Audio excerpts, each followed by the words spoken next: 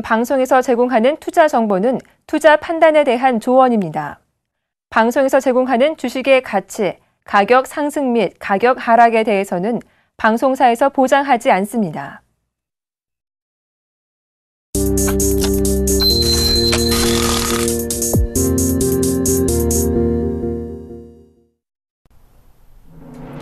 시청자 여러분 안녕하십니까? 출발 증시와이드 2부의 김동현입니다. 지난 금요일이었죠. 코스피 지수는 환율 상승에 외국인들의 매도폭 확대로 인해서 하락 마감하는 모습이었습니다. 삼성 SDC 공모가가 2배인 38만 원에 출발을 했으나 13.8%로 급락 마감하는 모습이 인상적이었죠. 코스닥은 기관 및 외국인들의 양매도세로 인해서 주가가 좀 큰 폭으로 하락을 했습니다. 오늘 글로벌 증시 미국은 혼조세로 마감했고요. 유럽은 상승세로 마감하는 모습이었는데요. 한 주를 시작하는 월요일 우리 증시는 어떤 흐름을 보일지 오늘도 저희와 함께해 주시기 바랍니다. 출발 증시와이드 2부 먼저 준비된 주요 코너들부터 함께 살펴보시죠.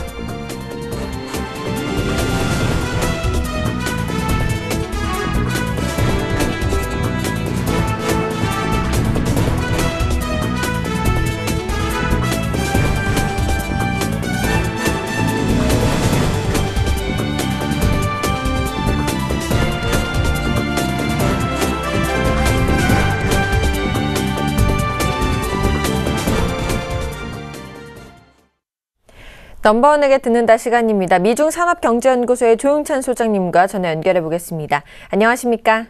예, 안녕하십니까? 네, 최근 일본에서 가장 논란이 되고 있는 이슈가요, 바로 소비세 증가입니다. 언제 연기가 발표되고 또 경제 및 주식시장에는 어떤 영향을 미칠지 궁금합니다. 네, 현재 일본 정부 같은 경우에는 내년 10월에 예정되어 있는 소비세 10% 인상을 한 1년 반 정도 연기하는 안이 지금 준비되고 있고요. 그리고 경제 상황이 호전되지 않으면 소비세 증세를 미룰 수 있다는 경기 조항을 삭제하는 방향으로 검토에 들어갔다고 그럽니다. 아무래도 일본 국채 신뢰도가 땅에 떨어지게 될 경우에는 국채 폭락과 같은 시장 혼란을 피할 수 없기 때문에 미연에 방어 장치를 마련하는 쪽으로 보여집니다.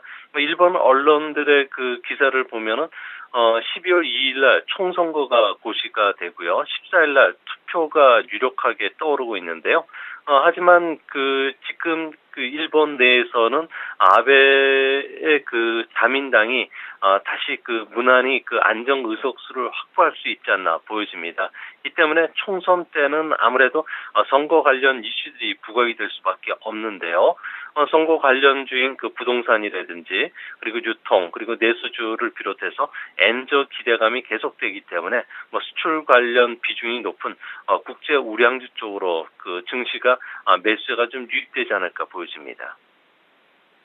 네, 방금 말씀해 주신 대로 이번 주에는요, 일본의 GDP 성장률을 비롯해서 중요한 경제 지표들이 발표가 됩니다. 소비세 증가가 연기될 정도로 경기 회복이 더딘 건 아닌지 걱정스러운데요. 어떤가요?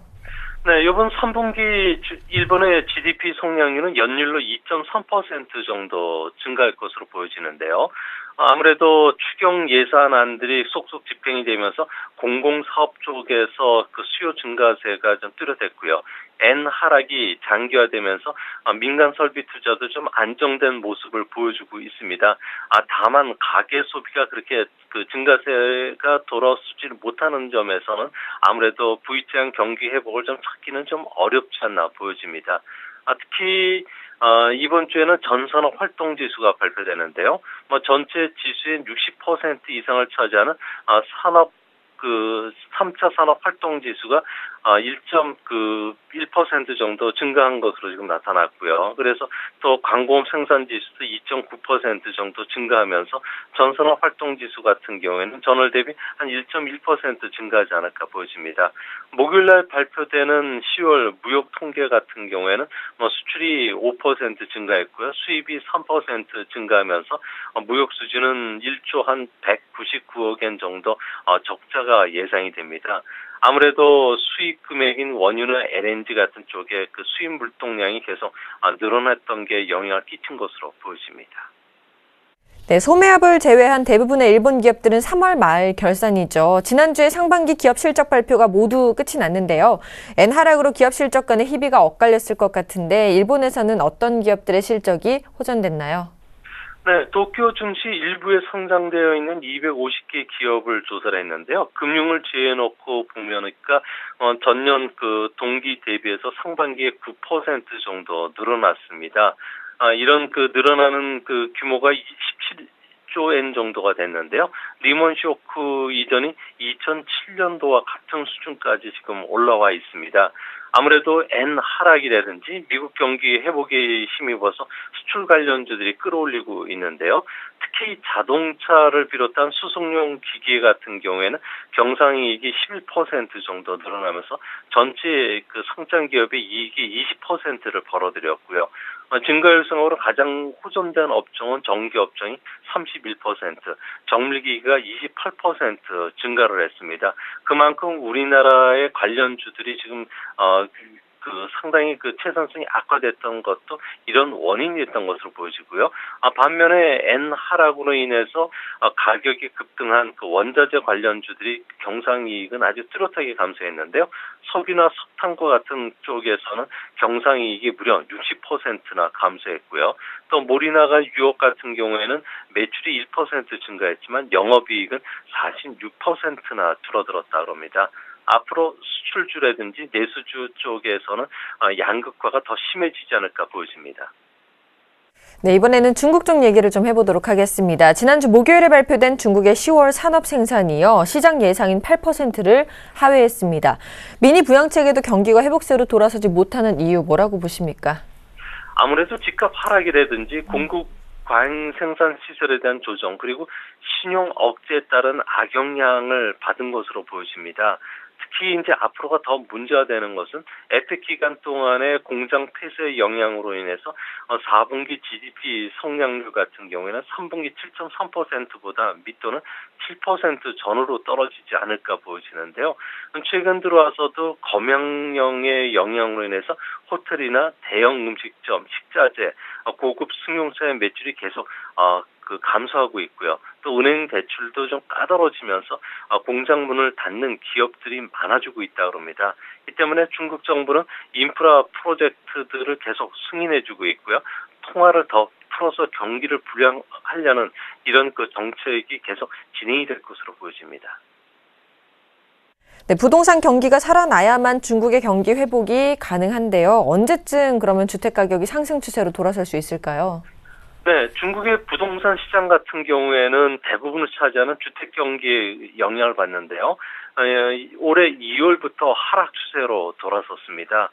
중국의 그 경기 순환 특성상 주택 가격이 하락으로 돌아선 뒤에는 2분기 정도가 지나야 그 실물 경기에 이제 악영향을 주기 시작하는데요. 이 때문에 지금 가장 안 좋은 시기를 지나고 있는 그런 모습입니다. 1선, 2선 도시의 그 주택 재고가 지금 17개월 수준까지 늘어났기 때문에 앞으로 내년 하반기까지는 주택 경기가 좀 그 회복이 좀 더딜 것으로 보여지고요. 이런 측면에서 보면은 2015년 그 하반기에나 주택 규제 등을 풀면서 주택 경기는 좀 바닥을 통과하지 않을까 보여집니다.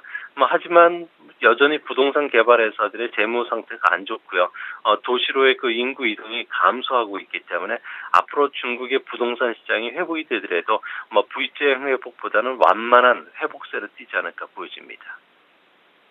네, 중국의 부동산 경기가 내년 하반기에나 바닥을 통과하게 된다면요. 내년 중국의 GDP 성장률 목표는 7% 이하로 하락하는 건 아닌지 걱정스러운데 어떻게 보십니까? 네, 올해 11월 말이나 12월 초에 중앙경제 공작회의가 열리는데요. 이때 이제 중국의 GDP 성장률을 어느 정도 할 건가를 이야기가 될 것으로 보여집니다. 현재 나오는 이야기로는 성장률 목표는 7%나 그 이하로 떨어뜨릴 가능성이 높다고 하는데요. 아무래도 성장률이 하락하더라도 3차 산업을 중심으로 해서 성장 모델을 전환했기 때문에 도시 취업자 1천만 명 증가에 필요한 성장률은 7% 전후에서도 창출된다는 점이죠. 이런 측면에서 보면은 시진핑 정부는 일자리 창출을 중시하기 때문에 7.5%나 7%는 아무런 의미가 없다는 측면에서 중국 정부는 오히려 7% 성장으로 떨어뜨리는 게 오히려 환경 오염 문제라든지 부실채권 문제를 발생을 원천적으로 막기 수 있다는 점에서는 앞으로 성장률 목표치는 계속 떨어질 것으로 보여집니다. 오늘부터죠. 이제 상하이 증시와 홍콩 증시 간의 주식 투자인 후강통이 시작이 됩니다. 국내 투자자들이 중국 주식에 투자할 때 유의해야 할 점 어떤 것들이 있을까요? 네, 아무래도 홍콩 증시 같은 경우는 가격 제한폭이 없지만 상하이 증시 같은 경우는 전날 종가 대비해서 10%란 점이 항상 주목하셔야 되겠고요. 또 해외 증시 투자 같은 특히 중국과 같은 신흥 증시에 투자할 때는 환율 위험에 주목하셔야 됩니다. 아무래도 연말 연초에는 중국 정부가 수출 기업의 경쟁력 확보를 위해서 위해나 약세 정책을 쓰기 때문에 장기 투자 시에는 환 변동 위험에 항상 대비하셔야 되겠고요. 특히 중국에서는 시장 연동 위험이 상당히 높습니다. 증시 하락기에는 대규모 IPO를 진행시키고요. 또 경기 하락 시에도 아무래도 공급 과잉 업체인 철강이나 태양광, 자동차 같은 쪽에는 규제의 고삐를 늦추지 않고 있기 때문에 주가가 하락했다고 사시는 전략은 바람직하지는 않을 것으로 보여지고요. 특히 부정부패 캠페인이 지금 계속되면서 기업인들이 자주 구속이 되는 사례들이 많습니다. 이 때문에 주가는 하루에 10% 가격 제한폭까지 하락할 수 있는 주가 변동성 위험도 높다는 점을 항상 참고하셔야 됩니다. 네, 지금까지 미중산업경제연구소의 조용찬 소장님의 의견 들어봤습니다. 오늘 말씀도 감사합니다. 예, 감사합니다.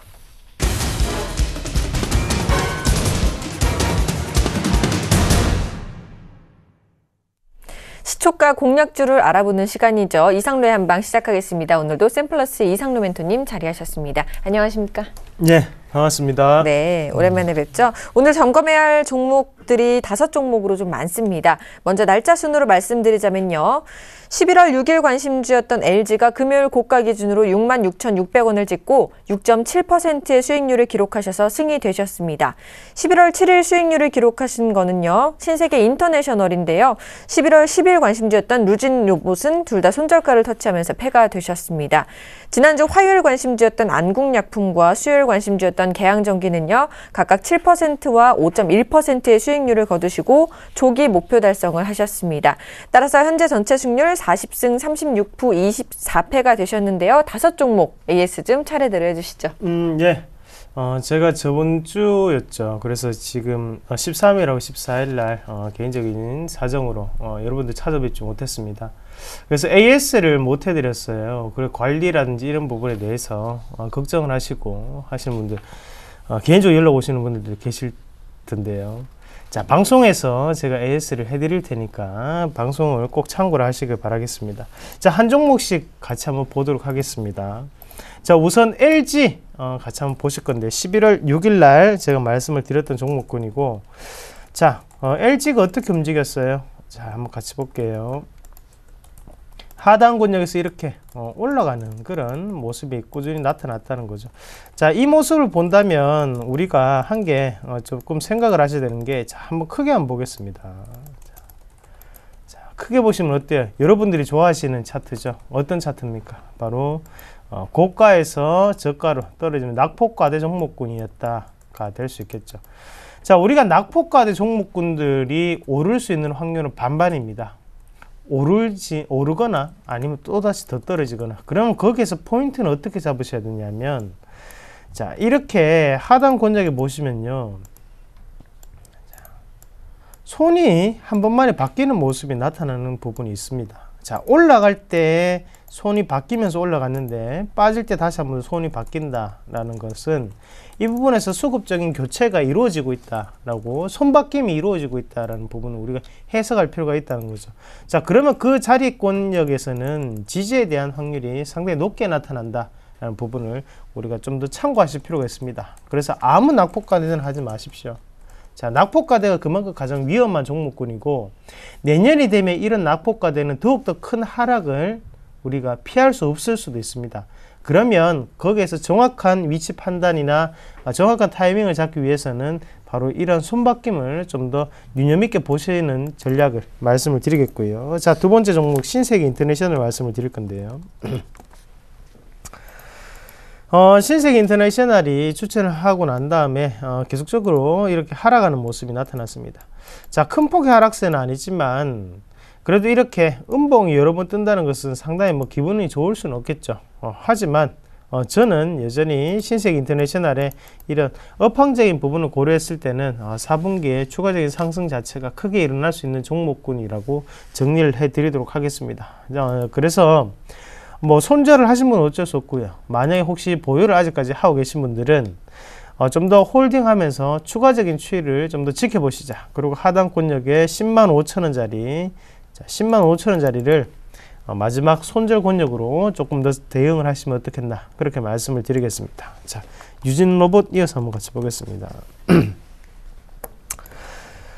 유진로봇 같은 경우에는요, 똑같이 추천을 하고 난 다음에 지금 다시 뭐 큰 변동성은 없습니다. 맞죠? 옆으로 그냥 행보를 하면서 지금 이평선 자체를 매집하는 과정에 놓여있는 차트죠. 그래서 이런 모습이 앞에서도 지금 저가 권역을 찍고 쌍바닥 권역을 지금 형성을 하고 있거든요. 자, 주식은 타이밍이 아닙니다, 여러분. 들고 있었을 때 그 종목군이 언제 수익이 날 줄 모른다는 거죠. 하지만 결국에는 수익 날 수 있는 종목을 가지고 계셔야 된다는 거예요. 자, 저는 유진로봇이 방송에서는 일단락이 됐지만 분명히 보유를 하고 계신 분들은 충분히 큰 성과를 볼 수 있는 종목이라는 걸 다시 한번 강조를 해드리겠습니다. 그 부분 꼭 명심하시고요. 만약에 유진로봇에 대해서 관심을 가지고 계시거나 아니면 추가적인 AS가 궁금하다는 분들은 차후에 공개 방송을 통해서 좀 더 들어와서 꼭 귀담아 들을 수 있는 종목, 그리고 정보를 꼭 얻어가시길 바라겠습니다. 자, 그 다음 종목 안국약품 말씀을 드릴 건데요. 자, 안국약품인데요. 자, 추천을 하고 난 다음에 곧장 크게 상승하는 모습, 그래 7% 상승을 하고 다시 한번 지금은 조금 조정을 보이고 있는 모습입니다. 자, 낙폭과대 종목군들은 이런 단기적인 타이밍 자체를 우리가 노릴 수는 있겠지만 장기적인 흐름 자체는 보장받을 수는 없습니다. 아시겠죠? 자, 그러면 그런 단기적인 타이밍에 이상로 전문가, 바로 저는 타이밍을 잡아가지고 여러분들께 말씀을 드렸던 부분이고요. 지금 모습 보면 어떻습니까? 다시 또 상바닥 공략이죠. 네? 그러나 지금 다시 한 번 더 매수에 대한 타이밍이 올 수 있다는 거죠. 하지만 이렇게 상승을 하고 난 다음에 들어가기에는 상당히 늦은 타이밍이 될 수밖에 없는 겁니다. 아시겠죠? 그 부분 꼭 명심하시길 바라겠고요. 안국약품 수익 축하드리겠습니다. 자, 그리고 마지막으로 계양전기 말씀을 드릴 건데요. 자, 계양전기는 적산병이 일어났죠. 네, 적산병이 이루어지면서 꾸준히 이렇게 상승하는 모습이 나타나고 있습니다. 자, 계양전기는 기업의 가치가 변했다, 그죠? 변하고 난 다음에 추가적인 상승 자체가 이루어지는 권역에 놓여 있습니다. 자, 마찬가지죠. 우리가 흔히 눌림목이라고 하는 곳, 그건 낙폭과대라고 하는 곳에 정확한 맥점 자체를 찾을 수가 있으셔야 됩니다. 아시겠죠? 그 부분 자체가 바로 손바뀜이 이루어졌는 이 포인트가 이런 맥점 자리가 될 수 있다라는 부분을 말씀을 드리겠습니다. 자, 유진로봇이나 계양전기, 안국약품, LG, 자, 다 똑같은 패턴이죠. 바로 낙폭과대 후에 올라갈 수 있는 종목군, 그런 눌림목을 받고 올라갈 수 있는 종목군. 대신 이 기업들이 지금의 가치보다는 미래의 가치가 더욱더 부각될 수 있는 종목들이라는 공통점도 가지고 있다는 부분, 눈으로 안 보이는 부분이 더욱더 중요하다는 거 꼭 기억을 하시길 바라겠습니다. 알겠습니다. 무려 3종목이나 승을 기록하시는 거 축하드리겠고요. 이제 오늘장 시초가 5% 공략주는 어떤 종목 준비해 오셨는지 소개해 주시죠. 네, SBS 컨텐츠 허브 말씀을 드리겠습니다. 자, SBS 컨텐츠 허브도 제가 한 2번 정도 말씀을 드렸던 것 같아요. 2번 정도 말씀을 드리고, 자, 이번 주에 또다시 마지막으로 이제 SBS 컨텐츠 허브는 말씀을 드리겠습니다. 자, 이 SBS 컨텐츠 허브 그림부터 한번 같이 보도록 하겠습니다. 자, 첫 번째 그림 한번 같이 볼게요. 지역별 수출 비중입니다. 이게 무슨 말이냐면요. SBS 컨텐츠 허브가 이제 플랫폼 컨텐츠 유통 업체입니다. 자, 그러면 지금까지는 일본에 대한 매출이 상당히 크다, 그죠? 하지만 지금부터는 중국에 대한 매출, 지금 10%를 차지하고 있는 이 매출을 좀 더 눈여겨보실 필요가 있습니다. 무슨 말이냐면요. 지금 최근에 이슈가 되는 부분이 바로 중국에서의 바로 런닝맨, 중국판 런닝맨이 지금 시청률 1위를 하고 있다는 소식이 듣겨오고 있죠. 자, 그러면 우리가 이 부분 자체를 예상할 수 없었을까를 생각을 하셔야 됩니다. 예상할 수 있었다는 거죠. 왜 예상할 수 있었겠습니까? 자, 그만큼 중국에서의 별그대라든지 아니면 여러 가지의 드라마들, 컨텐츠들이 공급이 되면서 상당한 인기를 누렸습니다. 그 말인즉슨 예능 프로그램도 그만큼의 인기를 끌 수 있다는 거죠. 자, 회당 판매액이 나오는데요. 자, 별그대가 얼마였냐 하면요. 자, 바로 40억이었습니다. 회당. 자, 내겐 너무 사랑스러운 그녀는요. 자, 얼마 전에 했던 거죠. 자, 가격이 저만큼이나 올랐어요. 이 말은 무슨 말이냐면 한국 드라마에 대한 지금은 더욱더 높은 프리미엄이 붙어 있다라가 될 수 있겠죠. 자, 별그대가 선풍적인 인기를 얻었습니다. 그리고 SBS에서 꾸준히 드라마를 중국 쪽의 컨텐츠를 넘기고 있다는 거죠. 이 말인 즉슨 기업에 대한 가치가 바뀌고 있는 과정인데 우리는 알아차리지 못하고 있다라고 표현을 할 수 있겠습니다. 자, 차트 한번 같이 보겠습니다. 자, 월봉부터 한번 같이 보겠습니다. 추세는 살아있는지 아니면 죽었는지 한번 같이 보겠습니다. 자, 시청자분들하고 같이 한번 볼게요. 제가 원하는 타이밍은 바로 이 14,000원대가 상당한 추세적인 변곡점이라고 보입니다. 자, 여러분들도 그렇게 보이시나요? 이 부분이 상당히 중요합니다. 이렇게 보이시는 분들은 어느 정도 저를 따라오고 계시는 겁니다. 이 부분을 포인트로 해서 다시 한번 같이 보겠습니다. 자, 14,000원대. 자, 차트 한번 크게 하겠습니다. 저항과 지지가 항상 반복됐다, 그죠? 자, 그리고 이 자리에서는 어떤 일이 이루어졌었냐면 꾸준한 손바뀜이 이루어졌던 자리가 바로 14,000원이었죠.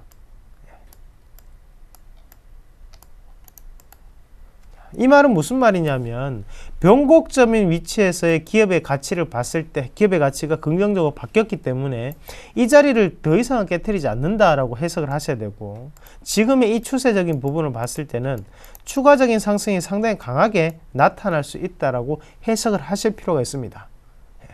결국에는 올라갈 수 있는 종목인데요. 대신에 우리가 일주일 안에 올라갈지 안 올라갈지는 제가 확실하게는 말씀 못 드리겠습니다. 하지만 결국에는 올라갈 수 있는 종목입니다. 자, SBS 컨텐츠허브 매수가는요, 시초가 의미 없습니다. 그냥 사시면 돼요. 자, 그리고 1차적인 목표가는 플러스 5%, 그리고 손절가는 하단에 15,000원 손절가로 잡아드리도록 하겠습니다. 알겠습니다. 지금까지 샘플러스 이상로 멘토님과 함께 오늘장 시초가 공략주 SBS 컨텐츠 허브까지 들어봤습니다. 오늘도 감사합니다. 예, 고맙습니다.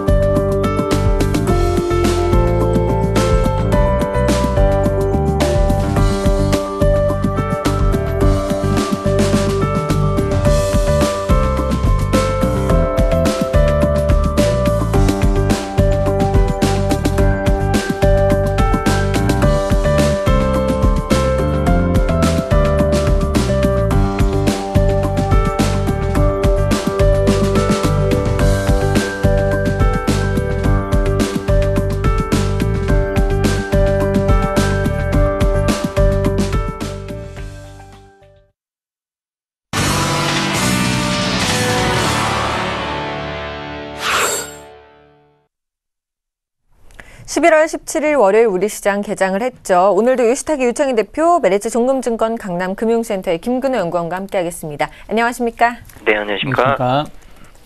자, 먼저 개장 분위기부터 한번 살펴볼까요? 네, 개장이 조금 월요일 시장 좀 약하게 좀 출발하는 것 같습니다. 0.3% 정도 추가 하락을 해가지고 21선을 조금 이탈하는 모습을 띄고 있습니다. 1938포인트에서 경쟁이 되고 있고요. 일단은 그렇게 보고 있어요. 제가 지난주 금요일에도 저항대 돌파 확인이 좀 중요하다. 그리고 나서 매매를 할 필요가 있다라고 말씀드렸는데, 일단 금요일에 약세로 마감을 했고요. 오늘도 조금 약한 흐름을 띄고 있기 때문에 일단 현금 비중을 여전히 좀 확보를 해 놓으시면서 시장을 좀 대응할 필요가 있지 않을까 생각을 좀 하고 있고요.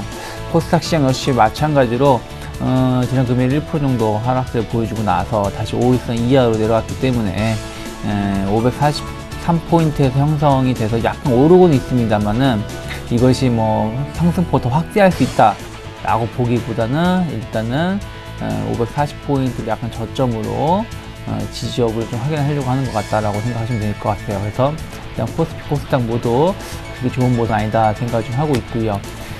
선물 시장을 좀 바라보신다라면 전체적으로 베이시스가 이제 0.21 정도 보여주고 있죠. 이제 선물 만기가 이제 한 4주 정도밖에 안 남았기 때문에 베이시스는 뭐 나쁘다라고 말씀드릴 수는 없습니다만 이 정도 베이시스 가지고는 프로그램 매수를 동반하기에는 좀 쉽진 않다라는 거 좀 생각을 해볼 필요가 있다 생각을 좀 하고 있고요.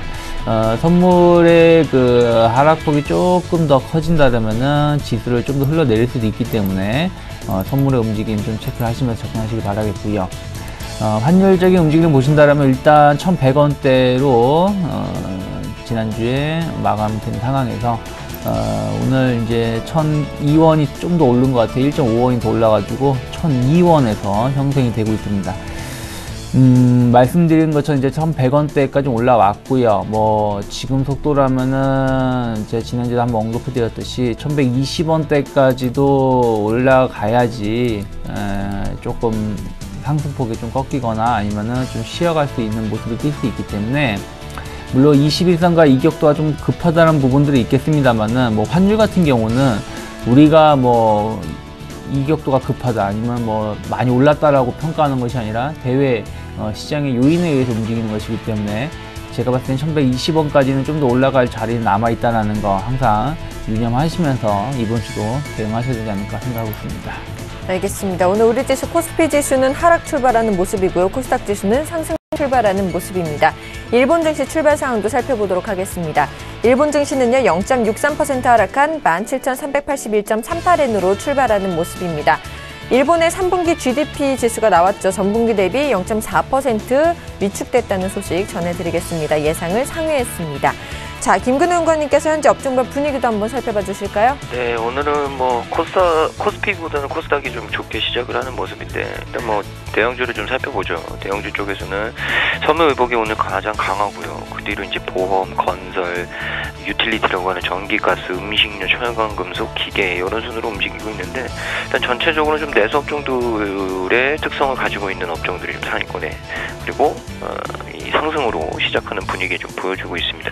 섬유의복 쪽에서는 전체적으로 좀 강하게 올라오는데 일신방직이 좀 제일 강하게 시작을 했고요. 4% 넘는 상승폭. 그리를 한세실업, FNF, 박림, 그리고 쌍방울, 인디F, 성한, 한섬, DSR, 원림, 에리트베이직, 일정실업, 태평양물산 같은 종목들이 좀 뒤를 따르고 있습니다. 그 다음 이제 보험 섹터인데 흥국화재가 3.6% 정도 상승을 하고 있고요. 삼성생명, 하나생명 이렇게 뒤를 좀 따르고 있습니다. 삼성생명 같은 경우는 뭐 최근에 움직임이 워낙 좋기 때문에 지속적으로 이 상승 흐름을 좀 이어가는 모습들 보여주고 있고 최근에 몇 거래일 동안 이 건설 업종들이 좀 반등을 보여주려고 하는 움직임들을 사실 저는 개인적으로 좀 봤거든요. 그래서 오늘도 역시나 이 건설 업종이 좀 강한데 금호산업이 상한가로 좀 직행하는 모습을 보여주고 있고요. 동부건설이 7% 가까운 상승폭 그리고 사만기업, 계룡건설, 태영건설, 신세계건설, 현대건설, 대림산업, 대우건설, 삼부토건 등이 강하게 좀 시작을 하는 모습을 보여줬고 유틸리티라고 하는 전기가스 쪽은 한국전력과 인천도시가스가 강보합 수준으로 시작하는 모습을 좀 보여줬습니다. 그 뒤에 이제 음식료 업종이 좀 뒤를 따르고 있는데요. 크라운제가 그리고 오리온 강하게 시작을 하고 있고요. 대한제당이 2% 그리고 삼양식품이 1.7% 고려산업이 한 1.5% 수준 그리고 동아원, 사조시푸드, MH에탄올, 사조대림, 사월식품 그리고 무학, 샘표식품 같은 종목들이 강하게 좀 시작을 하는 모습입니다. 철강업종도 오늘은 그래도 상위권에 좀 포진이 되어 있네요. 동부제철, 한국철강, 포스코강판, 신화실업 그리고 DCM, 세아특수강, 대우AM, 현대BNG스틸, 금강공업 등 동양강철, 남선알미늄, 동양철관, 포스코 대한제강, 만호제강, 현대제철 이런 종목들 다 강하게 좀 시작을 하는 모습을 좀 보여줬습니다.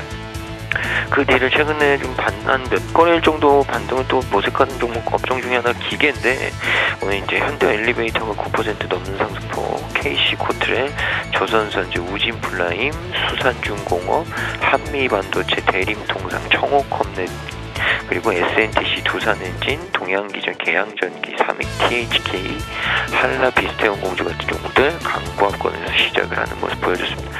중소형주 한번 보죠. IT 부품 역시 강하고요. 유통, 정보기기, 통신 서비스인데 IT 부품 같은 경우는 최근에 반도체 장비라든지 반도체 관련된 종목들이 좀 좋았거든요. 근데 오늘은 크루시얼텍이 9.7% 그리고 슈피게인 코리아가 9.6% 상승을 하고 있습니다. 디스플레이텍도 5%, YG파워 4% 넘는 상승폭 보여주고 있고요. 오성 LSD, 사무엠스, 파인테크닉스, 파트너, 모베이스, 상신, EDP, 옵트론텍 같은 종목들도 오늘 좋게 시작하는 모습. 그 뒤를 이제 유통업종, 정보기기 업종, 통신서비스 업종, 건설, 디지털 콘텐츠 업종 이런 업종들이 좀 뒤따르고 있는데, 오늘 전체적인 분위기는 중소형주가 대형주보다는 조금 움직임을 가볍게 시작하고 있다는 얘기 드리겠습니다. 업종별 분위기 살펴봤고요. 이제 시장 수급 분위기 살펴보도록 하겠습니다. 외국인 오늘도 좀 매도를 하고 있는 모습이네요. 네, 외국인들이 한 125억 정도 매도가 나오고 있고요. 일단은 뭐 코스닥은 소폭 매수가 들어오고 있습니다만 그렇게 많지 않다 생각을 좀 하고 있고, 기관들은 한 거래소에서 한 86억 정도 매수가 들어오고 있다. 다만 이제 그 흐름이 중요하다 생각하고 있는데요. 지난 옵션 만기 전까지는 수급이 조금 개선되려고 하는 여지가 좀 보였었어요. 근데 옵션 만기일에 선물에 3,000기약 매도가 나왔었고, 그 다음에 지난 금요일에 유가증권 시장에도 2,300억, 그리고 선물 쪽에도 한 4,000기약 넘게 매도가 나오면서 약간 수급이 썩 좋지 못하다. 결국에는 11월 마지막, 그러니까 월말 장세가 썩 좋기는 힘들 것 같다라는 생각이 좀 엿보이고 있고요. 만약에 11월 월말 장세를 좀 기대를 한다라면은 선물 쪽을 중심으로 해가지고 최소한 이번 주에 지난주 매도분을, 그러니까 지난주 목요일하고 금요일에 매도분을 상회하는 누적 매수분이 들어와야지 좀 시장에 기운을 불어넣을 수 있다는 건 좀 생각해 보실 필요가 있다 생각하고 있고요. 업종별로 보신다면 전체적으로 매도가 나오고 있습니다. 뭐 화학, 기계, 유통, 운송장비 모두 매도 위주로 나오고 있고요. 철강하고 전기가스업은 일부 조금 매수가 들어오고 있습니다만 이 정도 가지고 시장을 끌어올리기는 쉽지 않다. 특히 이제 전기전자 쪽도 기관을 중심으로 해서 매도가 많이 나오고 있다는 부분들 조금 보수적으로 월요일 대응하실 필요가 있지 않을까 생각하고 있습니다. 네, 이렇게 시장 수급 분위기까지 살펴봤고요. 이제 외환시장 흐름 살펴보도록 하겠습니다. KB 외환선물의 정경팔 팀장님과 전화 연결해 보겠습니다. 안녕하십니까? 안녕하십니까? 자, 다시 한번 연결해 보도록 하겠습니다. KB 외환선물의 정경팔 팀장님과 전화 연결해 보겠습니다. 안녕하십니까? 자, 전화 연결이 좀 잘 안 된 것 같은데요. 다시 잠시 후에 연결해 보도록 하겠습니다. 자, 지금 현재 코스피 지수는요, 1940포인트에서 거래 중입니다. 자, 외국인들의 매도 공세가 좀 심한 모습이고요. 코스닥 지수는 외국인과 기관 그리고 개인 모두 순매수해주면서 542포인트에서 거래가 되고 있습니다. 자, 전화 연결 다시 한번 해보도록 하겠습니다. 정경팔 팀장님, 안녕하십니까? 네, 안녕하세요. 네, 전화 연결이 이제 됐군요. 현재 외환시장 분위기 좀 전해주실까요? 네, 오늘 서울 외환시장은 지난 금요일 종가 대비 1원 50전이 상승한 1,102원에 개장했고요. 개장 이후 1,104원 50전까지 상승폭을 키웠습니다만 시간 현재는 1,101원 70전에 거래가 되고 있습니다. 오늘 환율이 상승 압력을 받는 것은 오늘 서울시장이 개장되기 이전에 발표된 일본의 3분기 GDP 성장률 때문입니다. 예상치였던 2.1%를 크게 하회하는 마이너스 1.6%를 기록했고요. 일본 당국자들이 GDP 발표 이후 소비세 인상 연기 여부를 인상 시기 연기 여부를 결정하겠다고 밝힌 만큼 달러에는 이를 반영해서 전 고점을 돌파해 117.05엔까지 상승했고요. 이 시간 현재는 116.52엔에 거래되고 있습니다. 달러 N이 상승폭을 줄이면서 달러 원 역시 오늘의 고점으로부터 상승폭을 줄이는 모습입니다. 지난 주말에 국제외환시장의 흐름을 잠시 요약해드리면 달러와의 강세 재료와 약세 재료가 혼재되면서 뚜렷한 방향성을 보이지 못하는 모습이었습니다. 지난 주말 뉴욕 증시가 개장되기 이전 미 국채 금리가 상승하면서 달러화는 주요 통화 대비 강세를 보이고 있었고요. 마침 미국의 10월 소매 판매가 예상보다 호조를 보이면서 달러 강세는 더욱 힘을 받았습니다. 달러원 1개월물의 경우 현물 환율로 환산해서 1105원대 수준까지 상승하게 됐습니다. 그러나 달러화는 미국의 11월 미시간 내 소비자 태도지수 예비치가 발표된 이후 조정을 보이기 시작했는데요. 소비자 태도지수의 수치 자체는 지난 2007년 7월 이후 최고치를 경신했습니다만 달러화를 약세로 이끈 것은 소비자 태도지수 내의 세부 항목이었습니다. 세부 항목 가운데 하나인 기대 인플레이션이 전월치 대비 하락하면서 미 국채 금리가 하락세를 보이기 시작했고요. 달러화는 이를 반영해 반락하는 모습을 보였습니다. 오늘 달러 N의 반락과 함께 일본의 소비세 인상 연기 자료 역시 시장에서 다 반영되는 분위기이고요. 이제 국제외환시장에서 달러 강세 요인은 시장에 다 소화가 된 것으로 보여집니다. 영국의 금리 인상 기대감이 약화되면서 약세를 보이고 있는 파운드 달러쌍을 제외하면 주요 통화상에서 달러화가 현 수준보다 의미 있는 추가 강세를 보이기는 어려울 것으로 예상이 되고요. 최근에 미국의 물가 지표 하락과 함께 달러화는 미 연준의 12월 FOMC가 열리기 이전까지 완만한 조정을 보일 것으로 예상됩니다. 이번 주 시장이 주목할 만한 변수는 두 가지 정도인데요. 하나는 우리나라 시간으로 목요일 새벽에 공개되는 미 연준의 10월 FOMC 회의 의사록이고요. 또 다른 하나는 우리나라 시간으로 목요일 저녁에 발표되는 미국의 10월 소비자 물가입니다. 의사록을 통해서는 금리 인상과 관련된 미 연준의 가장 최근의 입장을 확인해 볼 수가 있고요. 소비자 물가 수준을 통해서는 12월 FOMC 회의에서의 미 연준의 입장을 추정하면서 달러와의 방향성이 영향을 받을 것으로 보고 있습니다. 오늘 달러원은 1,100원대 초반대 중심의 거래가 이어지겠습니다. 네, 지금까지 KB 외환선물의 정경팔 팀장님과 함께 외환시장 동향 살펴봤습니다. 오늘 말씀도 감사합니다. 네, 감사합니다.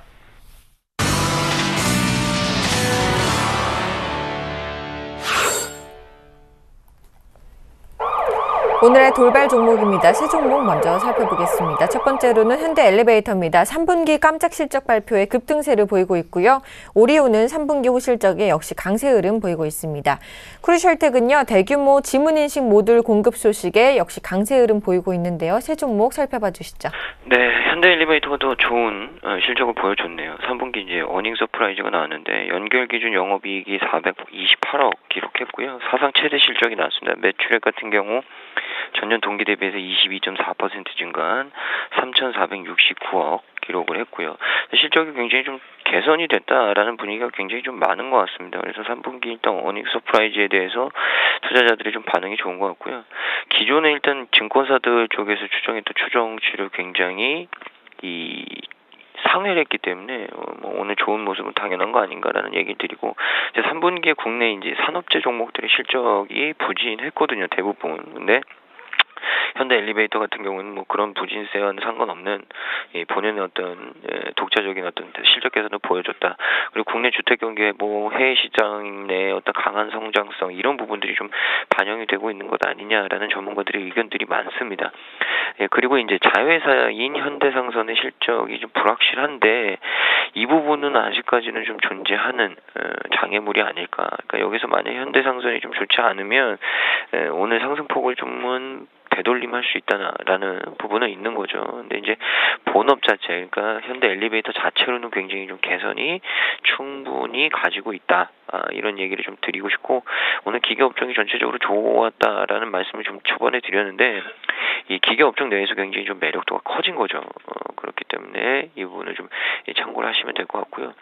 이 영업이익이 왜 이렇게 좀 잘 나왔고 좋게 나왔냐, 반응이 좋냐 그러면 이제 구조적인 성장세를 지속시켰다는 거죠. 그래서 전체적으로 뭐 시장이 힘듦에도 불구하고 이 현대 엘리베이터는 이 상승을 해왔다, 성장을 했다라는 분위기가 좀 형성이 됐다, 이런 말씀을 좀 드리고, 주가 주가는 근데 어느 정도 좀 반영은 한 것 아닌가. 오늘은 좀 뉴스가 나오면서 공방이 좀 있는 부분들이 있는데요. 이제 중요한 게 6만 원을 가느냐 못 가느냐 이게 굉장히 이제 최근에 좀 중요해졌거든요. 사실은 뭐 이 13년도에 현대일리미테가 13만 원대, 10만 원대 가격 이후에 지속적인 하향세를 걸었고 뭐 최저가가 뭐 2만 9천 원 그리고 최근에는 5만 원대.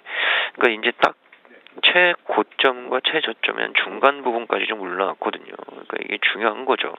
굉장히 중요한 거죠. 최고점으로 가느냐 아니면 다시 박스권을 그리느냐 이 부분인데 뭐 4분기 실적에 대한 기대감도 충분히 있기 때문에 일단 상승 쪽으로 좀 무게를 많이 둬야 되지 않을까라는 얘기 좀 드리겠습니다. 두 번째 종목은 오리온인데요. 오리온도 3분기 실적이 잘 나왔죠. 매출액이 6,149억, 전년 동기 대비 2.3% 정도 감소를 했는데 영업이익이 837억, 17.8% 늘었습니다. 그래서 중국 법인이 이제 실적이 굉장히 좀 호전이 됐고 시장의 컨센서스를 상회를 했죠. 올해 또 4분기에 이제 중국 법인의 매출액은 3분기보다 더 증가될 것이다라는 게 전문가들의 의견이고요. 영업이익도 더 늘어날 것이다. 내년 중국과 국내 모두 다 이익 성장이 나올 가능성이 높다라는 의견을 좀 제시를 했습니다. 그래서 내년도 내수 시장에서 이제 가격 인상에 대한 후유증 이런 부분들이 사라지고 수입 과자와 PB 과자라고 하는 자체 브랜드 과자에 대한 신제품 출시. 그러니까 PB 과자라고 해서 이제 마트나 이런 데서 자체 브랜드를 출시하는 제품들이 있는데 거기에 대한 신제품 출시로 매출이 증가할 것이다. 뭐 이런 얘기들이 좀 돌고 있습니다. 역시나 이것도 중국과의 이슈. 중국에서 굉장히 좀 기대감이 많았는데 잠깐 멈칫했다가 숫자를 보니까 중국이 생각보다 괜찮았거든요. 그리고 이제 베트남과 러시아는 좀 안 좋았죠. 그래서 지금은 이제 해외 시장을 기댈 때가 이제 중국밖에 없는데 중국이 좋아지고 있기 때문에 다른 부분들을 굉장히 좀 많이 상쇄를 했다라는 의견을 좀 드리겠습니다.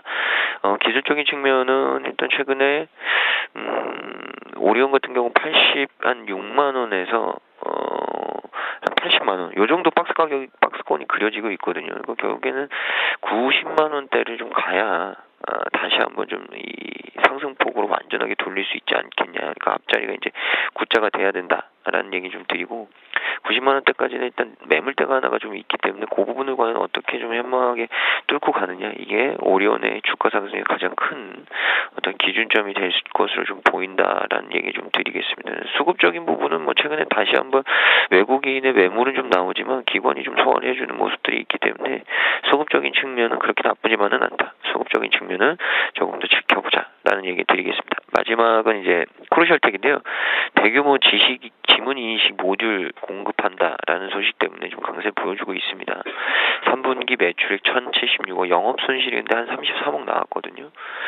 현재 추세면 내년 하반기에는 연결 기준의 흑자 전환이 예상이 된다라는 보고서가 나왔는데 오늘 왜 이렇게 강하냐? 이슈가 나온 거죠. 근데 현재 중국을 비롯 해외 스마트폰 제조업체 10여 곳과 지문인식 모듈 공급을 협의 중이다. 계약 성사 시 흑자 전환 시기가 앞당겨질 것이다. 이런 얘기를 뉴스가 나왔죠. 근데 11,000원대 지금 현재 가격대는 매물대가 좀 많습니다. 그래서 제가 봤을 때 12,000원을 좀 돌파시키고 나야 좀 가볍게 올라오지 않을까라는 얘기를 드리고 중요한 건 이제 기본적인 그러니까 오늘은 뉴스로 좀 올렸다는 느낌이 있는 거죠. 기본적인 펀더멘탈은 아직까지 나아진 게 없다. 근데 만약에 뭐 여기서 정말 지문인식 모듈에 대한 계약이 체결되거나 이런 부분들이 있으면 실적 개선 시기는 더 빨라질 수 있다는 거는 맞는 거죠. 그러니까 내년도나 이제 그러니까 내년 하반기쯤에 연결 기준 흑자 전환을 예상을 하는데 지문인식 모듈을 공급했을 시에는 그보다 더 앞당겨질 수 있다. 그러면 내년 상반기에도 가능할 가능성도 있다라는 부분들이 있는 거죠. 근데 중요한 건 이제 계약이 체결이 안 되느냐 이 부분이 굉장히 중요한 거죠. 만약에 계약 체결이 미뤄진다. 그러면 주가는 좀 변동성을 가질 가능성이 높다. 네, 일단 오늘은 뉴스를 좀 오른 느낌이 굉장히 좀 강하다라는 얘기를 드리고 다시 한번 말씀드리지만 크루셜텍 같은 경우에는 12,000원 정도 선까지는 올라와야 추가적인 상승을 좀 가볍게 가늠해 볼 수 있지 않을까라는 얘기 드리겠습니다. 네, 이어서 세 종목 더 살펴보겠습니다. 첫 번째로는 삼성 SDS입니다. 새내기 주저 차익 실현 물량 압력에 이거래일제 약세 흐름 보이고 있습니다. 빙그레는요 실적 부진에 역시 약세 흐름 보이고 있고요. 웹제는 3분기 후 실적에 신고가를 기록했습니다. 세 종목 살펴봐 주시죠. 네, 삼성 SDS가 상장한 다음에 생각했던 것만큼의 기대치를 보여주지 못하고 있는 것 같아요. 가격적인 부분들에서는 38만 원을 찍고 내려왔기 때문에 성공적이라고 볼 수는 있죠. 하지만 주가라는 게 상장하고 나서 좀 하락을 보인다라는 것은 썩 좋은 건 아니기 때문에 지난 금요일에 거의 하한가, 오늘도 장중에 거의 4%대 하락을 했다가 낙폭을 줄이는 모습을 띄고 있습니다. 다만 삼성 SDS가 좀 이렇게 힘을 못 내느냐, 일단은 공모가 대비해서 100% 올라왔다는 부분들은 무시할 수 없는 부분들이 있고요. 증권사 최대 목표치가 60만 원대까지도 보였었습니다만은 그것은 중장기적인 관점인 거지 단시일에 60만 원 간다는 건 아니었기 때문에요. 특히 이제 삼성 SDS의 가장 큰 약간 부담감은 차익성 매물이 상당히 많이 있다는 것이죠.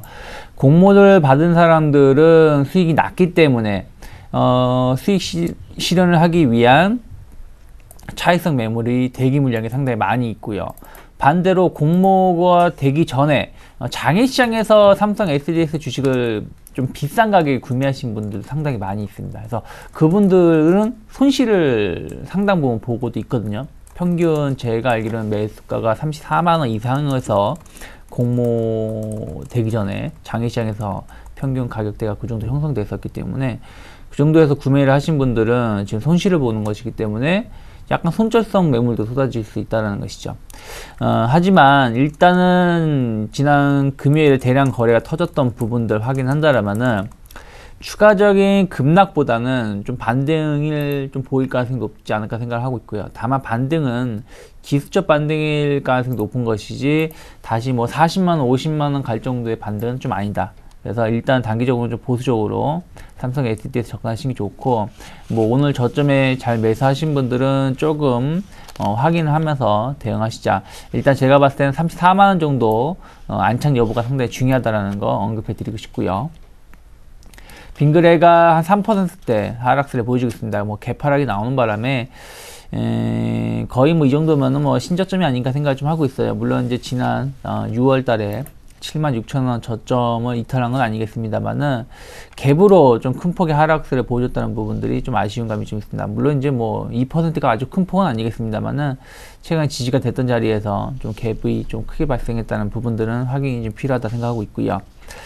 매출이 한 1,553억 정도 보였고요. 영업이익이 이익이 아니라 영업 적자 10억으로 적자 전환됐던 부분들, 아이스크림하고 우유, 유가공 제품의 시장이 좀 역성장세가 좀 더 이어지고 있다는 부담감이 좀 있고요. 그동안 가격 인상에 대한 효과는 4분기 때 마무리가 될 것이라는 우려감하고, 중국 시장 진출에 대한 그 성장성, 매출 증가에 대한 어떤 가시적인 성과를 보여주지 못하고 있다는 부분들이 빙그레를 조금 안 좋은 주가 흐름을 보여주고 있는 것이 아닌가 생각을 좀 하고 있습니다. 78,500원에서 형성이 되고 있는데요. 일단은 제가 봤을 때 반등을 보여준다고 하더라도 8만원 이상 가기는 쉽지 않을 것 같다. 일단 빙그레뿐이 아니라 전체적으로 우리나라 유가공 관련된 업체들의 실적이 썩 좋은 모습은 아니기 때문에 오히려 반등보다는 78,000원에 이탈하게 된다면은 지난 6월달 저점이었던 76,000원을 한 번 더 확인할 수 있다라는 거, 리스크 관리에 좀 더 집중하셔야 되지 않을까 생각을 좀 하고 있고요.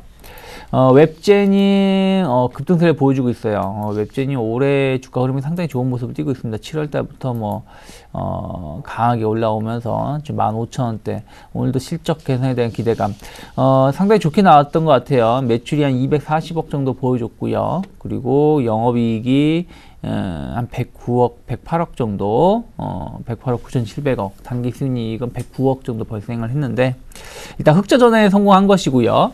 영업이익이 한 87% 정도 상승을 하면서 앞으로의 그 실적 개선에 대한 기대감이 좀 더 크게 작용하고 있는 것 같습니다. 신작에 대한 기대감, 특히 신작은 뮤트라든지 기존의 성공작을 진행을 했던 개발팀이 새로운 작품에 참여를 했기 때문에 거기에 대한 기대감도 크게 작용하고 있다 생각 좀 하고 있어요. 다만 주가 흐름이 계속 상승을 치고 올라가는 것이 아니라 차익성 매물이 좀 쏟아지고 있다는 부분들, 일단 실적 개선에 대한 기대감은 어느 정도 반영이 된 것이 아닌가 생각을 좀 하고 있습니다. 그래서 웹젠의 주가 흐름을 좀 우리가 유념하게 보시는 분들이라면은 한 달 정도 약 한 14,000원, 15,000원 중심으로 해가지고 기간 조정이 잘 발생된 다음에 오늘 갭을 동반하는 상승폭을 보여주고는 있습니다만 이게 양봉이 나오는 것이 아니라 윗꼬리가 나오고 있다는 부분들, 앞으로 우리가 웹젠을 바라볼 때는 15,000원 초반이라고 말씀드릴게요. 15,500원이나 15,000원 정도가 잘 지지가 되면서 다시 상승에 성공한다라면은 뭐 17,000원, 18,000원대까지도 상승세를 보여줄 수 있겠습니다만은 다시 15,000원 이하로 회귀한다라면은 조금 기간 조정이 크게 좀 조금 더 장기화될 수 있다는 거 유념하시면서 배틀을 좀 짧게 잡고 대응하셔야 되지 않을까 생각하고 있습니다. 네, 이어서 세 종목 더 살펴보도록 하겠습니다. 첫 번째로 동부 C&I입니다. IT 사업부 매각 소식에 상한가를 기록했고요. 금호산업은 호반건설 지분 취득 소식에 6거래일째 상승세를 이어가고 있습니다. 슈피겐코리아는요, 3분기 실적 호조에 신고가를 기록했는데요. 세 종목 살펴봐 주시죠. 네, 일단 뭐 동부 C&I 같은 경우에는 최근에 좀 뭐 여러 가지 움직임들이 좀 섞여서 혼재돼서 나오는 모습인 것 같은데, IT 사업부 매각 때문에 또 오늘은 급등이 좀 나오네요. 일단 IT 사업 부분을 매각하겠다. IB 쪽 업계에 따르면 동부그룹이 동부 C&I의 IT 사업부를 부국증권이 만든 프로젝트 펀드에 매각을 한다라고 합니다. 이를 위해서 이제 동부 C&I가 앞서 지난 9월 4일 IT 사업부를 FIS 가칭인데요. 라는 이름으로 분할을 했습니다. 부국증권은 이제 펀드 투자자 모집을 마무리하고 금감원의 펀드 등록을 마무리를 했고요. 인수가격은 한 900억 정도로 알려져 있네요. 전자재료 사업 부문도 매각이 성사될 것으로 보이기 때문에 사업 부문이 매각이 되면 이제 동부 C&I 같은 경우에는 무차입 회사로 거듭이 나고 결국엔 재무구조가 좀 좋아진다. 뭐 이런 스토리가 좀 있는 것 같습니다. 그래서 전체적으로 좀 좋아지는 것 같고, 3,000원대 매물대 그리고 3,500원대 매물대 이렇게 있는데 좀 거래량들이 터져야 되죠. 지난번 7월달 요 정도에 터졌던 거래량들만 좀 동반이 되면 저는 생각보다 좀 잘 되지 않을까, 주가 상승이 좀 나오지 않을까라는 생각을 좀 가지고 있다라는 얘기 드리고요. 두 번째 종목은 금호산업인데, 금호산업 호반건설 피인 수설 때문에 계속 오르고 있네요. 저희가 사실은 지난주에도 금요일인가 저희 한번 살펴봤었던 것 같은데, 호반건설이 금호산업에 지분 투자를 해서 소위 말하는 잭팟이 좀 터졌죠. 근데 이제 호반건설이 금호산업을 걷어들일 가능성이 있다. 이게 어느 정도 잭팟이었냐면 투자금이 한 250억 좀 넘었거든요. 근데 시장 가치로 지금 한 400억이 넘습니다. 수익률은 한 60%가 넘는 거죠. 굉장히 좀 좋은 부분이었고, 뭐 지분 평가 이익 자체도 굉장히 좀 높았다. 이익만 따져도 뭐 한 150억 되니까요. 그래서 호반건설이 이제 수익 말고 실질적으로 과연 금호산업은 어떻게 할 것이냐, 이게 투자자들의 굉장히 큰 관심이다라는 얘기를 좀 드리겠습니다. 당분간은 금호산업은 일단 이 이슈만 가지고도 굉장히 많이 움직일 가능성이 높아 보입니다. 마지막 종목은 슈피겐코리아인데요. 3분기 실적 호조가 나왔네요. 별도 기준 영업이익 전년 동기 대비해서 560% 증가한 97억 기록했고요. 매출액은 133% 늘어난 251억 800만 원 잠정 집계됐습니다. 3분기 실적 호조는 아이폰 케이스의 유통 채널이 굉장히 좀 확장된 덕이라고 설명을 했고요.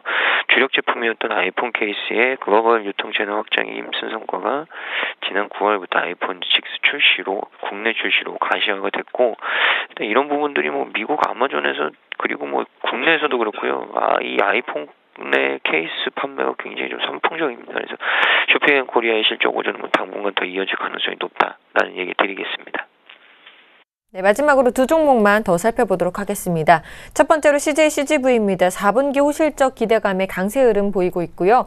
서울반도체는 사흘 만에 반등세를 보이고 있습니다. 두 종목 살펴봐 주시죠. 네, CJ CGV가 한 3% 정도 반등세를 좀 보여주고 있는 것 같아요. 수능이 지난주에 끝났기 때문에 수능을 시험 본 학생들의 영화 관람 관객 수요가 늘어날 수 있다는 기대감, 또 아무래도 이제 11월 말로 넘어갈수록 12월 초로 갈수록 데이트 시간이 좀 길어질 수 있기 때문에 영화 관객 수가 늘어날 수 있다는 기대감이 좀 있죠. 방학도 있고요. 그래서 거기에 대한 기대감, 또 중국 상영관에 대한 이제 영업 이익이 좀 가시화될 수 있다는 기대감이 나오고 있는데, 일단은 반등 1차 목표치는 끝나가고 있다 생각하고 있습니다. 지금 하락 추세대 그 매물대를 지금 부딪혀 있기 때문에 약간 차익성 매물이 나오고 있죠. 만약 접근하시는 분들은 52,000원이 완전히 돌파되는지를 확인하고, 그러니까 안착되면서 돌파되는지 여부를 확인하고 접근하시면 좋지 않을까 생각하고 있고, 아무래도 극장 관람객 증가는 좀 더 이어질 수 있다. 내년까지도 이어질 수 있기 때문에 그런 부분들 좀 긍정적으로 CJ CGV 좀 바라보시면 좋겠다라고 말씀드리고 싶고요. 서울반도체가 5,000원 만에 반등을 보여주고 있습니다만은 썩 좋지 못하죠. LED 시장이 너무 과잉되어 있고 여기에 대한 영업이익도가 많이 떨어지고 있기 때문에 오늘 올라오는 거는 기술적 반대가 생각하시면 될 것 같고요. 여전히 좀 앞으로 움직일 앞으로 갈 곳이 험난하다라는 걸 바라보신다라면은, 반등이 보여준다라면은 좀 비중이 많으신 분들 좀 비중 축소를 하시면서 중립적인 관점 필요하지 않을까 생각하고 있습니다. 네, 지금까지 유스탁의 유창희 대표, 메리츠 종금증권 강남금융센터의 김근호 연구원과 함께 오늘장 특징주들 분석해봤습니다. 오늘도 좋은 분석 감사합니다. 네, 감사합니다. 감사합니다.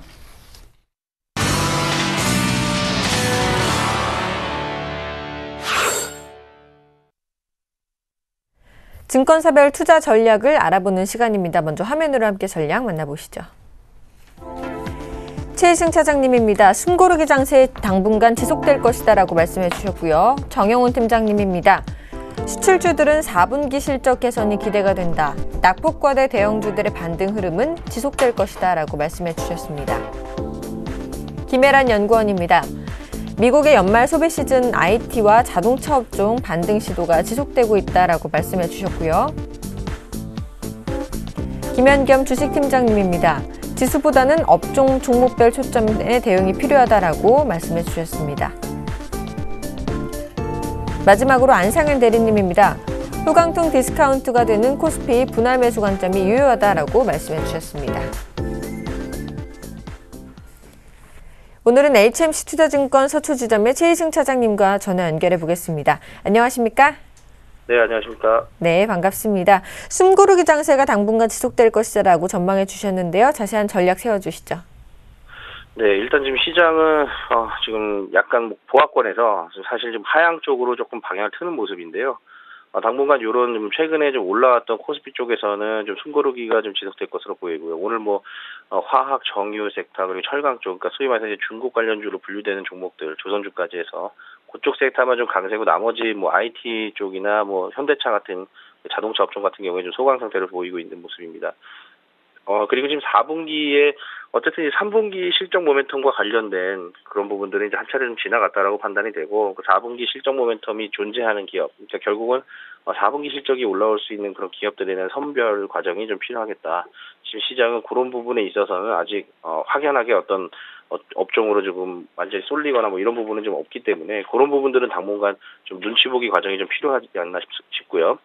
그리고 지금 수익 종목들 같은 경우에는 지금 최근에 빠질 때 오히려 좀 할인되어 있는 가격이다 좀 생각해서 좀 매수를 말씀을 드리고 있는데, 예를 들어서 크라운 제거라던가 오늘은 좀 오르긴 하지만 좀 이런 종목들 실적이 계속 우상향하는 종목들 같은 경우에는 홀딩하는 전략, 그리고 이제 실적이 좀 안 나오는 종목들, 소위 말해서 이제 생각보다 좀 많이 빠지는 종목들은 오히려 좀 손실을 확정 짓고 그냥 현금화 시켜놓는 게 차라리 낫겠다라는 말씀이고요. 현재 시장 분위기는 사실 아무도 모르는 상황이죠. 누가 시장 분위기에 대해서 알겠습니까? 그래서 일정 부분에 대한 현금 확보는 좀 필요하다고 판단이 되고, 시장에 대해서 또 섣부른 매수 같은 그런 이제 적극적인 매수는 좀 경계해야 될 필요가 있겠다라고 생각하고 있습니다.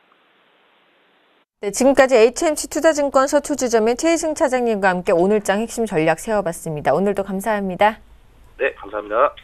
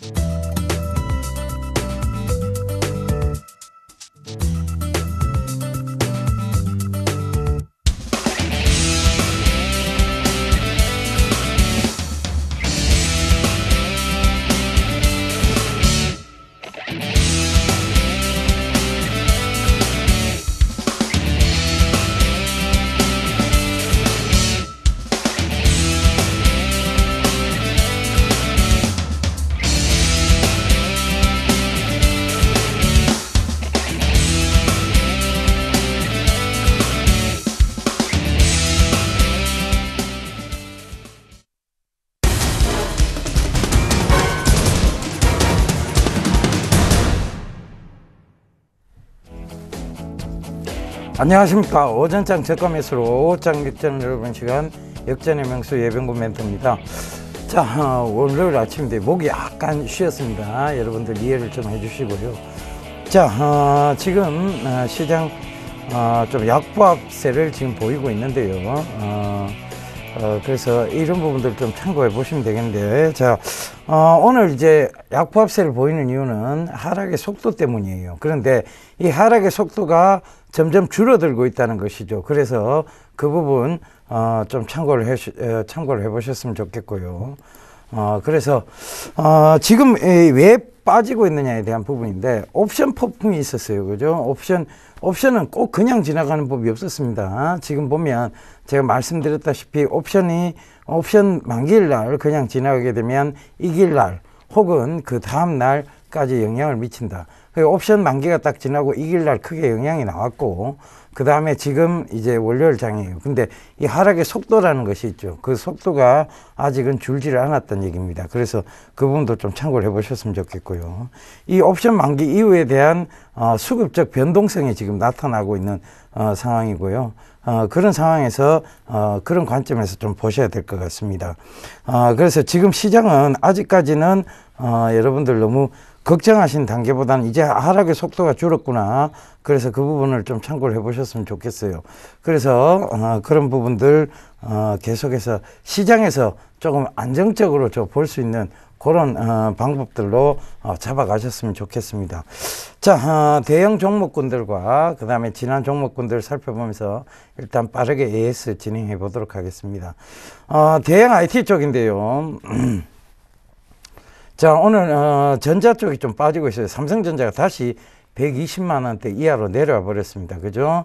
SK 하이닉스가 주구장창 잘 올라오고 있었는데 이것도 지금 오늘 소폭 건전한 조정 구간, 즉 1.83%까지 좀 빠졌습니다만 48,000원대를 유지하고 있다는 점 참고를 해보셨으면 좋겠고, 이 48,000원대가 지지가 되면 다시 49,000원, 5만원대 충분히 올라오리라 보여집니다. 그 점 꼭 좀 참고하십시오.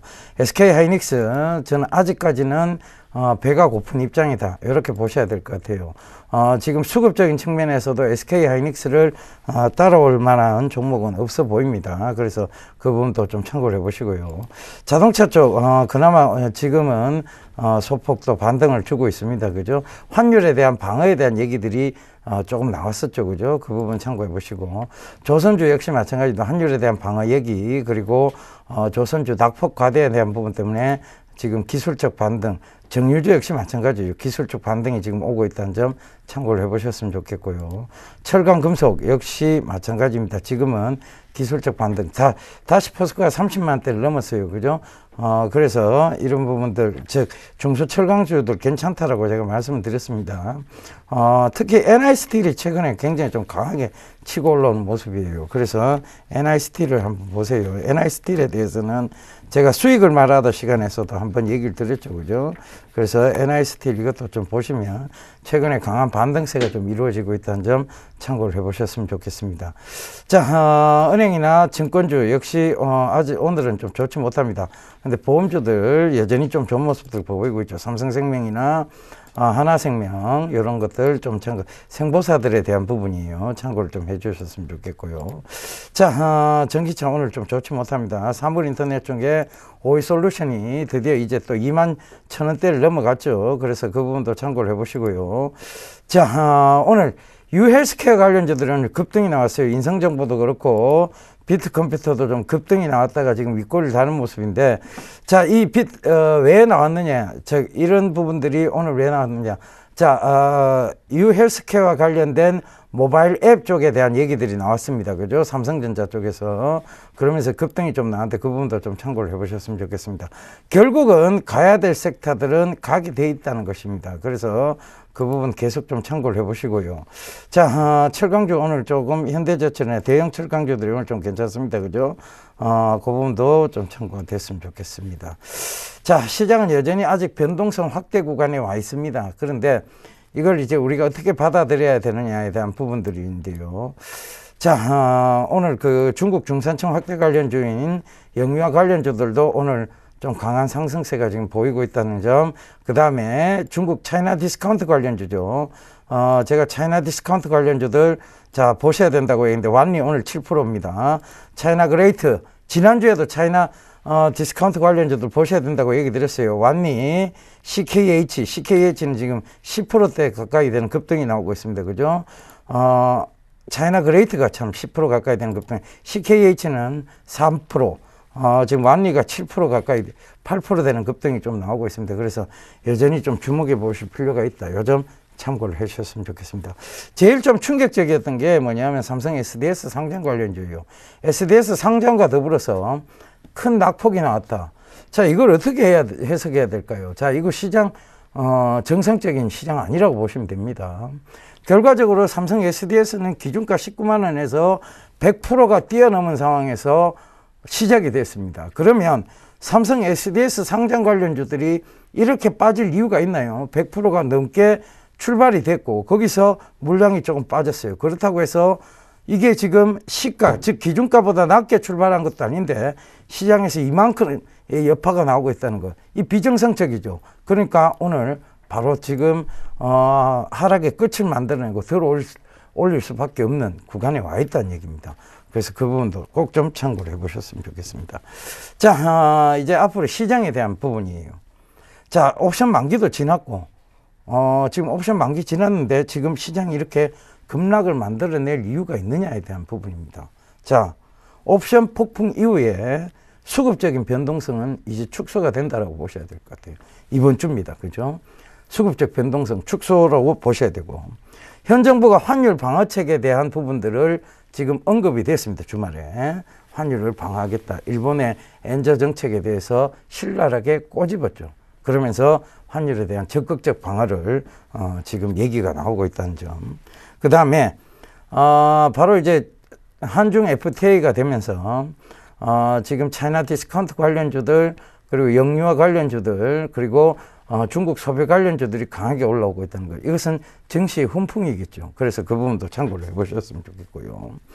자, 이제 연말 소비 시즌이 다가옵니다. 연말 되면 마음이 뜨죠. 그러면서 뭔가를 사고 싶어집니다. 춥죠. 집에서 뭔가 물건을 시켜 쓰고 싶습니다. 자, 이런 소비 시즌에 대한 기대감, 그리고 연말 랠리에 대한 기대감, 그리고 블랙 프라이데이가 또 11월 28일부터 시작된다는 점도 참고를 해보셨고요.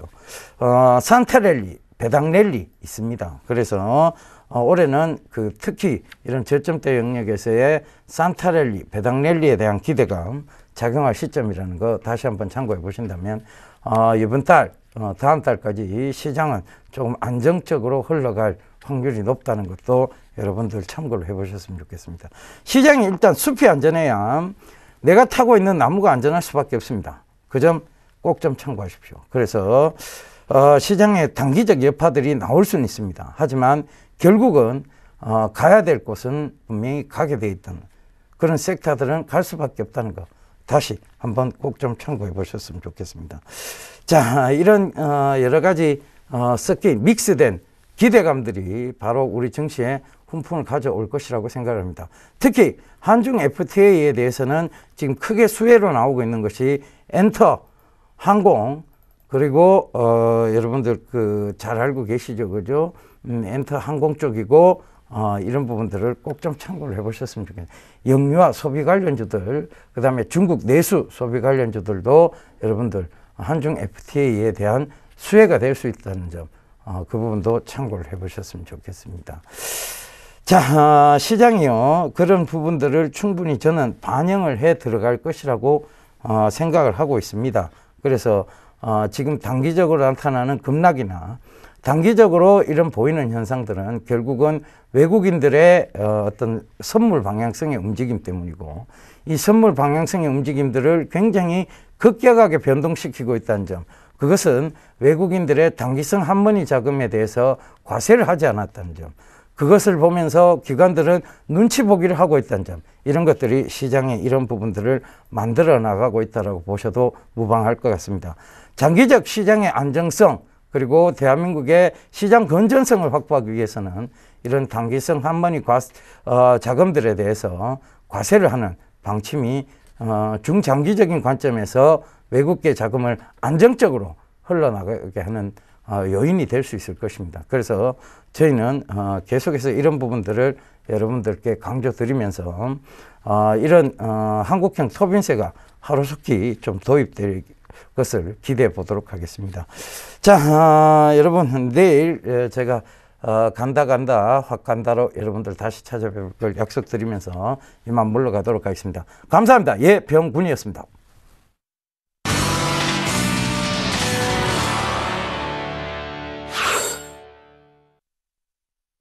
자, 한 주를 시작하는 월요일인데 오늘 코스피와 코스닥 지수 모두 하락하고 있습니다. 현재 코스피 지수 1944포인트고요. 코스닥 지수는 536포인트로 낙폭이 좀 심화되고 있습니다. 출발 증시와이도 오늘 준비한 소식 여기까지입니다. 시청해주신 여러분 감사합니다.